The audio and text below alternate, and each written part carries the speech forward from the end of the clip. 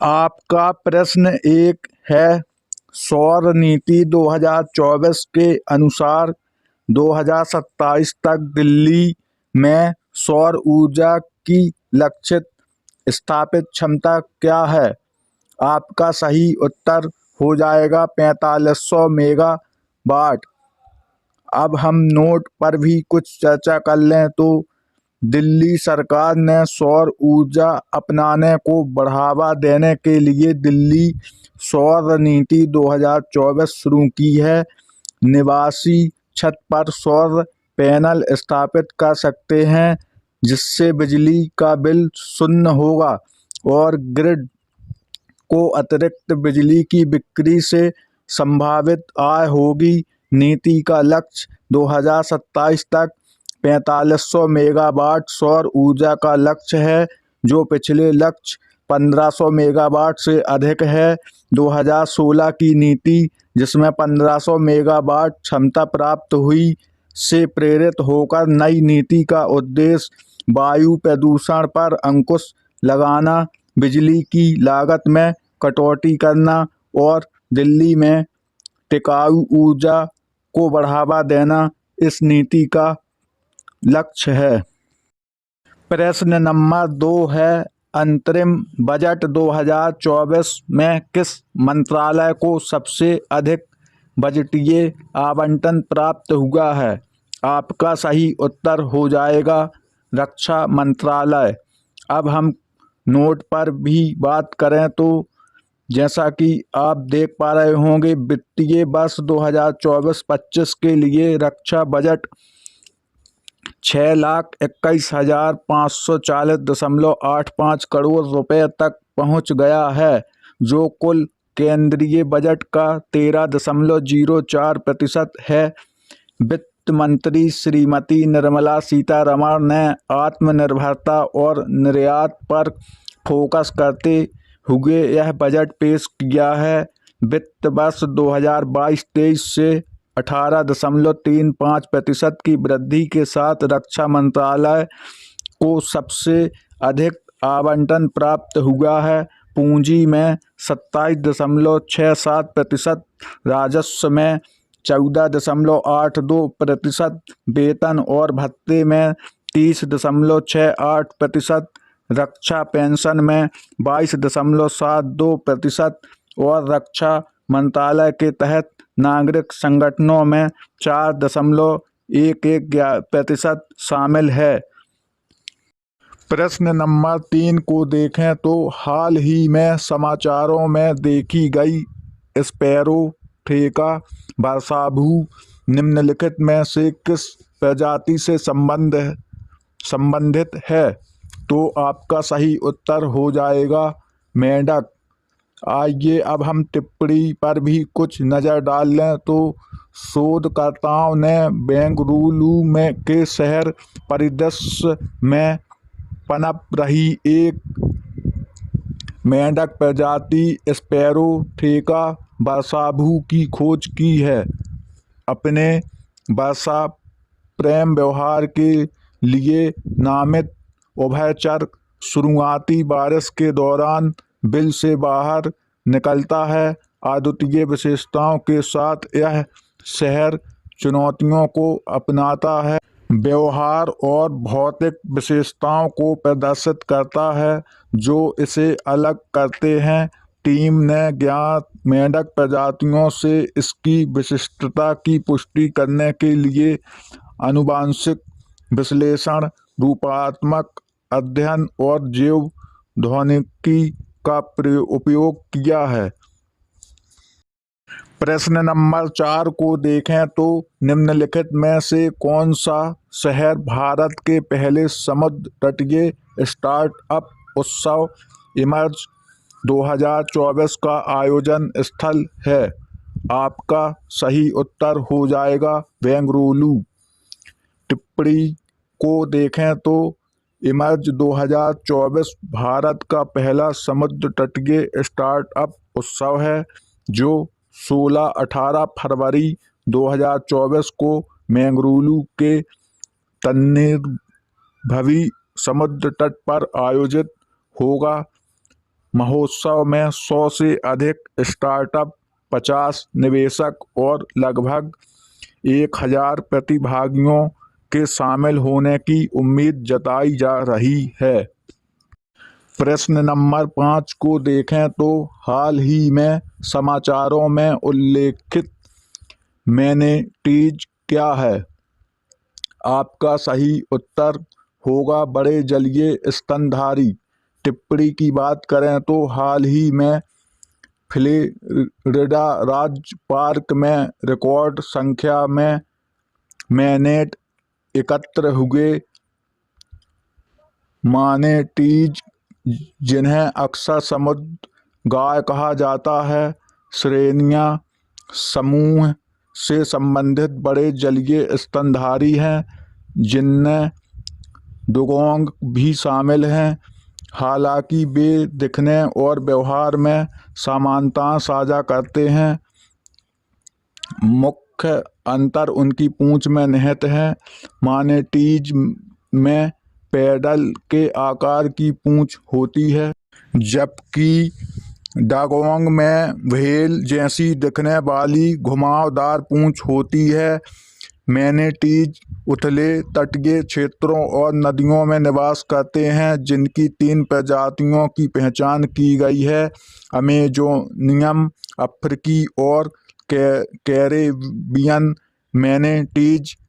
इन्हें IUCN की संकटग्रस्त प्रजातियों की लाल सूची में असुरक्षित के रूप में सूचीबद्ध किया गया है।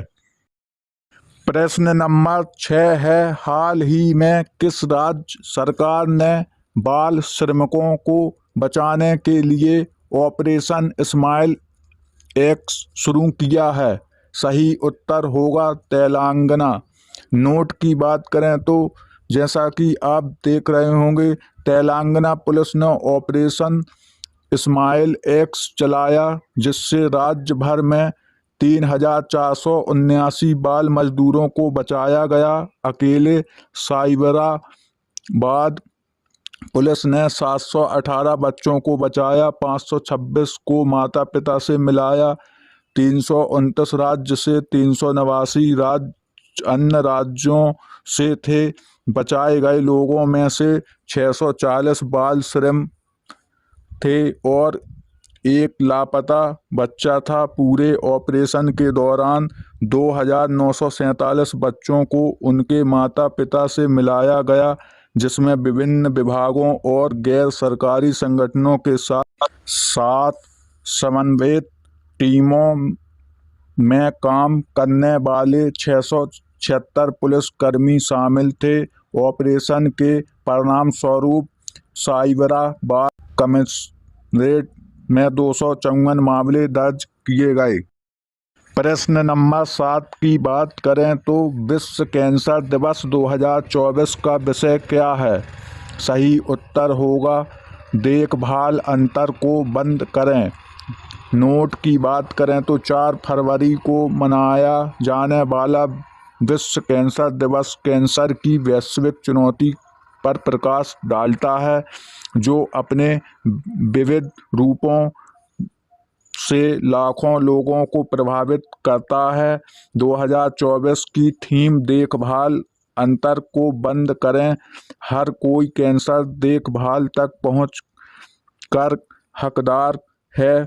देखभाल में असमानताओं को रेखांकित करता है। उप विषय एक साथ हम सत्ता में उन लोगों को चुनौती देते हैं के साथ जवाबदेही पर जोर देते हैं। यह वार्षिक कार्यक्रम दुनिया भर में कैंसर से उत्पन्न विकट स्वास्थ्य चुनौतियों से निपटने के लिए अनुसंधान, रोकथाम और रोगी देखभाल में प्रगति की वकालत करता है।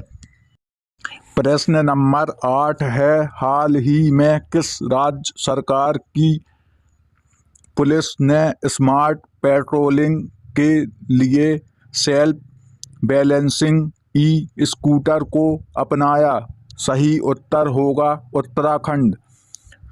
फरवरी 2024 में उत्तराखंड पुलिस ने हरिद्वार की सड़कों पर गश्त करने के लिए सेल्फ बैलेंसिंग इलेक्ट्रिक स्कूटर को अपनाया। स्कूटर एक नए कानून प्रवर्तन पद्धति का हिस्सा है और इसका उद्देश्य स्थानीय लोगों और पर्यटकों के लिए सुरक्षा में सुविधा करना है। ये स्कूटर उत्कर्ष स्मॉल फाइनेंस बैंक द्वारा दान किए गए हैं और इन्हें भीड़ भाड़ वाले और सकरे इलाकों में इस्तेमाल करने का इरादा है। प्रश्न नंबर 9 को देखा जाए तो हाल ही में कौन सा देश यूनिफाइड पेमेंट इंटरफेस यूपीआई भुगतान प्रणाली स्वीकार करने वाला पहला यूरोपियन देश बन गया है? आपका सही उत्तर होगा फ्रांस।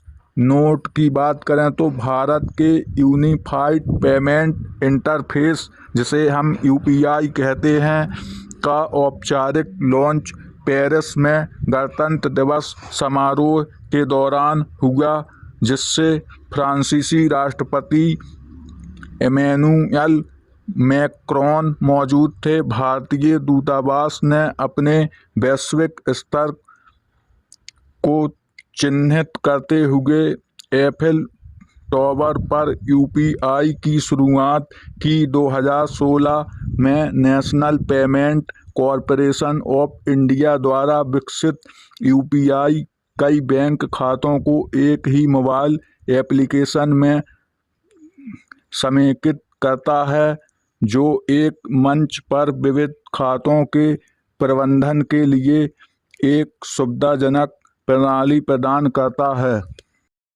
प्रश्न नंबर 10 है, हाल ही में समाचारों में देखी गई ब्लैक नेक क्रेन की IUCN स्थिति क्या है? आपका सही उत्तर होगा खतरे के निकट। आइए हम कुछ टिप्पणी पर बात करें तो सरकार ने ब्लैक नेक क्रेन की सुरक्षा के लिए महत्वपूर्ण उपाय किए हैं, जैसा कि केंद्रीय पर्यावरण राज्य मंत्री ने बताया है।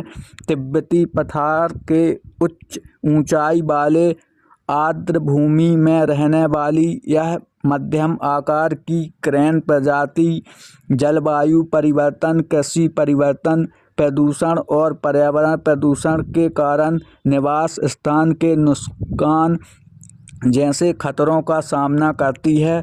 भारत, चीन और भूटान में वितरण के साथ यह IUCN सूची में निकट संकटग्रस्त स्थिति रखता है और अन्य जीवन अधिनियम 1972 की अनुसूची फर्स्ट और CITES के परिशिष्ट फर्स्ट में सूचीबद्ध है।